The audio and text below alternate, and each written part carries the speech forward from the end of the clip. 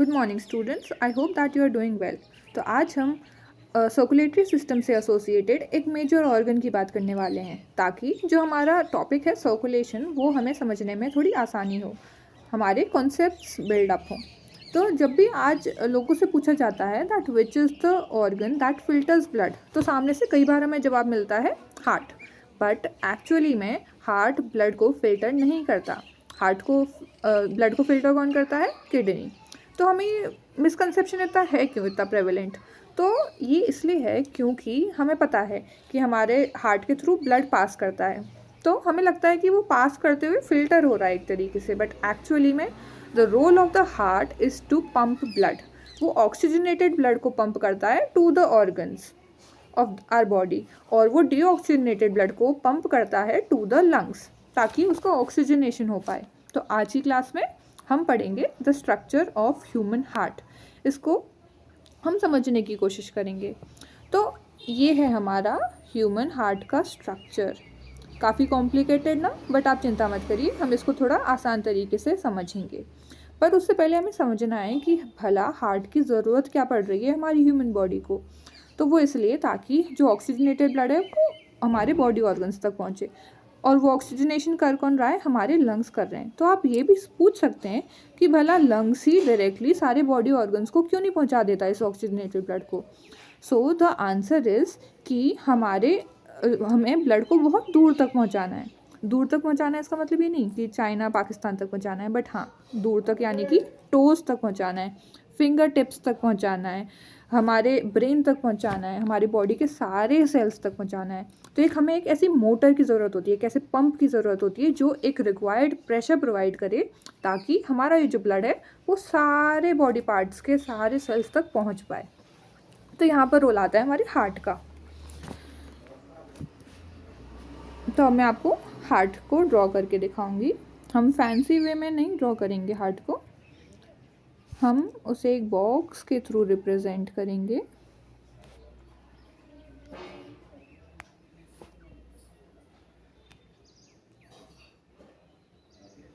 तो हमारे हार्ट में, ह्यूमन हार्ट में 4 चेम्बर्स होते हैं। तो क्या सारे ही एनिमल्स में 4 चेम्बर्ड हार्ट होता है? नहीं। हमारे फिशेस में 2 चेम्बर्ड हार्ट होता है। हमारे एम्फीबियंस में, जैसे कि फ्रॉग में, 3 चेम्बर्ड हार्ट होता है। अगर मैं रेप्टाइल्स की बात करूं तो उसमें भी 3 चेम्बर्ड हार्ट होता है, बट एक ऐसा रेप्टाइल जिसमें 4 चेम्बर्ड हार्ट होता है वो है क्रोकोडाइल। और हमारे बर्ड्स और मैमल्स में 4 चेम्बर्ड हार्ट होता है। तो क्योंकि हम मैमल हैं, वी ह्यूमन्स आर मैमल्स, तो हमारी ह्यूमन्स में कितने चेम्बर्ड हार्ट होगा? 4 चेम्बर्ड हार्ट। तो इसमें हमें इन 4 चेम्बर्स में हमें दिख रहा होगा कि जो ऊपर के 2 बॉक्सेस हैं, चेम्बर्स हैं, ये छोटे हैं, स्मॉलर हैं। इनका क्या नाम है? एट्रियम। और जो नीचे वाले हैं वो लार्जर चेम्बर्स हैं, तो इनका क्या नाम है? वेंट्रिकल्स। तो ये क्या है हमारा? ये है राइट एट्रियम। ये क्या है हमारा? Left atrium. ये क्या है हमारा? Right ventricle. और ये क्या है हमारा? Left ventricle. तो आपको इस डायग्राम में मेरे कुछ ये दिख रहा होगा कि मैंने इनको थोड़ा अनइक्वली ड्रॉ करा है। मैंने ये जो लेफ्ट वेंट्रिकल है इसको सबसे बड़ा ड्रॉ करा है। तो क्या ये मुझसे मिस्टेक हो गई है? बट नहीं, मैंने इसको जानबूझ के ड्रॉ करा है, क्योंकि जो हमारा लेफ्ट वेंट्रिकल होता है वो सबसे बड़ा चेम्बर होता है। और ये भला होता क्यों है?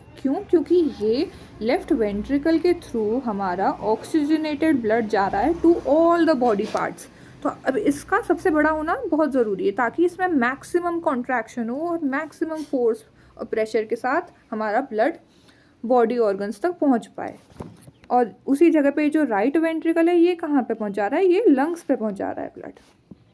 ये है हमारे लंग्स। तो सिर्फ इसे लंग्स तक ही पहुंचाना है, तो इसमें इतना ज़्यादा कॉन्ट्रैक्शन की, इतना इसको बड़े होने की ज़रूरत नहीं है।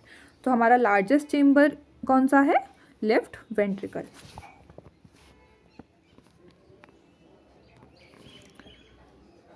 एक सेकेंड।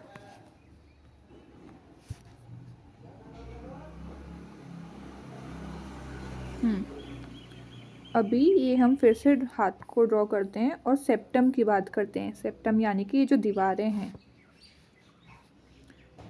ये क्या है? राइट एट्रियम,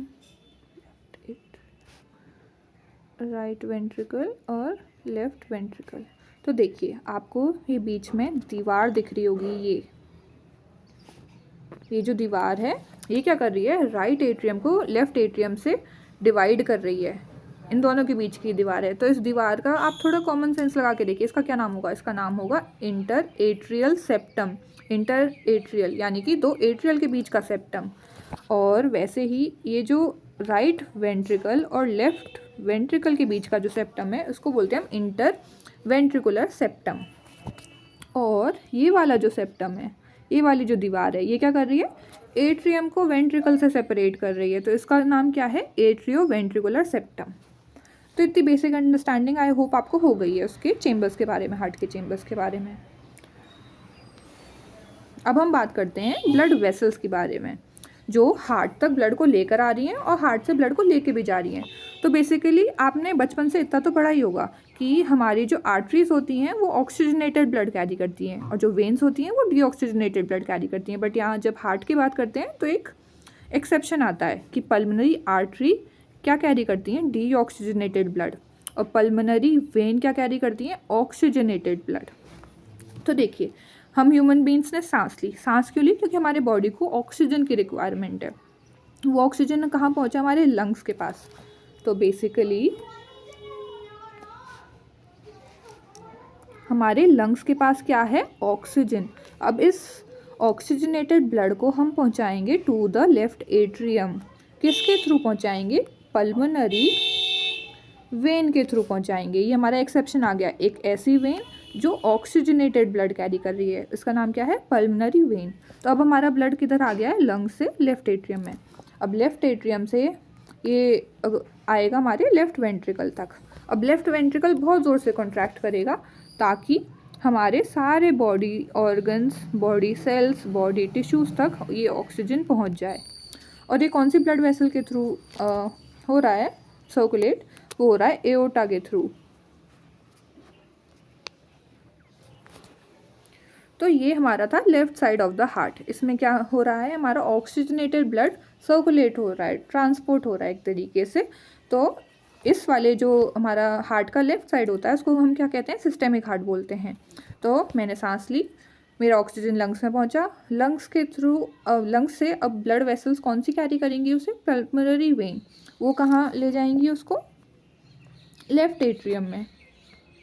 लेफ्ट एट्रियम से जो हो जाएंगी लेफ्ट वेंट्रिकल में, लेफ्ट वेंट्रिकल से अब एओर्टा कैरी करेगा उसे टू द बॉडी पार्ट्स। तो ये था हमारा systemic side of the heart. अब हम नेक्स्ट बात करते हैं हमारे राइट साइड के बारे में। तो अब हमारे बॉडी सेल्स ने, आप सोचिए, ऑक्सीजन कंज्यूम कर लिया। अब उसका जो ब्लड है वो डीऑक्सीजनेटेड है, यानी उसमें ब्लड है, उसमें ऑक्सीजन नहीं है। तो अब हमें इस ब्लड को कहाँ पहुँचाना है, हमें पहुँचाना है लंग्स के पास।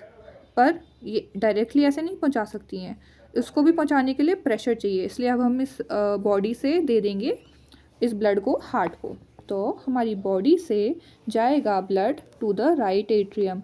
किसके थ्रू जाएगा, वेना कावा के थ्रू। वेना कावा भी दो तरह के होते हैं, superior vena cava, inferior vena cava. जो सुपीरियर वेना कावा है वो हमारी बॉडी के जो अपर पोर्शन है, अपर बॉडी पार्ट्स है, वहाँ से लाएगा डीऑक्सीजनेटेड ब्लड और दे देगा राइट एट्रियम को। उसी तरीके से जो इन्फीरियर वेना कावा है, जो बॉडी के लोअर पोर्शन है, लेग्स से, एब्डोमेन से, वहाँ से लाएगा डीऑक्सीजनेटेड ब्लड और दे देगा राइट एट्रियम को। तो अब राइट एट्रियम से जाएगा हमारा blood to the right ventricle, और राइट वेंट्रिकल से अब कॉन्ट्रैक्शन होगा और हमारा ब्लड जाएगा टू द लंग्स। ये किसके थ्रू जाएगा, पल्मोनरी आर्टरी के थ्रू। ये वाला जो हमारा right side of the heart है उसको हम क्या कहते हैं, पल्मोनरी हार्ट कहते हैं। तो आई होप आपको ये पूरा सर्कुलेशन और ये जो ब्लड वेसल्स एसोसिएटेड है हार्ट से वो समझ में आई होंगी। तो अब हम मूव ऑन करते हैं टू द ब्लड वेसल्स के बाद हम मूव ऑन करेंगे to the valves associated with the heart. फिर से मैं एक हार्ट ड्रॉ करती हूँ। तो वाल्व्स होते हैं, एक इधर होगा, एक इधर होगा, यहाँ पे जा रही है हमारी, और यहाँ पे जा रहा है हमारा एओर्टा, यहाँ पे होगा। तो वाल्व्स का क्या मतलब है, वाल्व्स को हम समझेंगे एक तरीके से आसान शब्दों में गेट्स, यानी कि एक ऐसा गेट जिसमें से वन साइडेड एंट्री अलाउड है, यानी कि आप एक बार अंदर चले गए तो आप वापस नहीं आ सकते हैं वहाँ से। देखिए, तो हमारे ह्यूमन हार्ट में दो तरह के वाल्व्स होते हैं, बाइकस्पिड वाल्व और ट्राइकस्पिड वाल्व। ये है हमारा बाइकस्पिड वाल्व, इसमें दो फ्लैप्स हैं।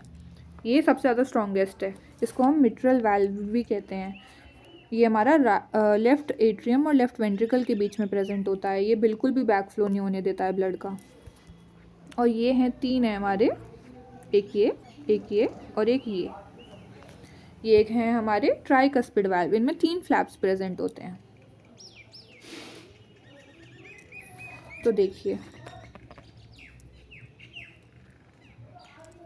यहाँ पे प्रेजेंट होगा हमारा बाइकस्पिड वाल्व या मिट्रल वाल्व, यहाँ पे प्रेजेंट होगा हमारा ट्राइकस्पिड वाल्व, यहाँ पर भी होगा हमारा ट्राइकस्पिड वाल्व प्रेजेंट, यहाँ पर भी होगा ट्राइकस्पिड वाल्व। ये जो दोनों ट्राइकस्पिड वाल्व हैं इनको हम सेमी ल्यूनर वाल्व्स भी कहते हैं। और एक कवरिंग होती है हार्ट के चारों तरफ पेरिकार्डियम की। पेरिकार्डियम में भी एक आउटर मोस्ट लेयर होती है, ये इसको बोलते हैं पेरिकार्डियम, और एक इनर वाली लेयर होती है उसको बोलते हैं विसरल पेरिकार्डियम। उन दोनों के बीच में एक फ्लूइड प्रेजेंट होता है, पेरिकार्डियल फ्लूइड। अब इसको कैसे याद रखेंगे, आपको पता है पेराइटल से आप शब्द याद रख सकते हैं पेरेंट्स हमारे बाहर से सपोर्ट करते हैं, बहुत सपोर्टिव होते हैं, तो बाहर से उन्होंने हमें प्रोटेक्ट करके रखा हुआ है, इसलिए पेराइटल पेरिकार्डियम। विसरल को हम कैसे ब्लड वेसल से याद करें, ब्लड वेसल्स हमारे अंदर डीप सिचुएटेड होती हैं, तो विसरल पेरिकार्डियम इनर वाली लेयर होती है। उसके अलावा अगर हम हार्ट के मसल्स की बात करें तो जो हार्ट की मसल्स होती हैं वो तीन होती हैं, आउटर मोस्ट, मिडल और इनर मोस्ट। आउटर मोस्ट को बोलेंगे हम एपिकार्डियम, मिडल को कहेंगे मायोकार्डियम और इनर मोस्ट को बोलेंगे एंडोकार्डियम। तो ये था basic structure related information heart के बारे में। आई होप आपको थोड़ी कॉन्सेप्ट्स क्लियर हुए होंगे। तो हम नेक्स्ट क्लास में मिलेंगे। Thank you very much.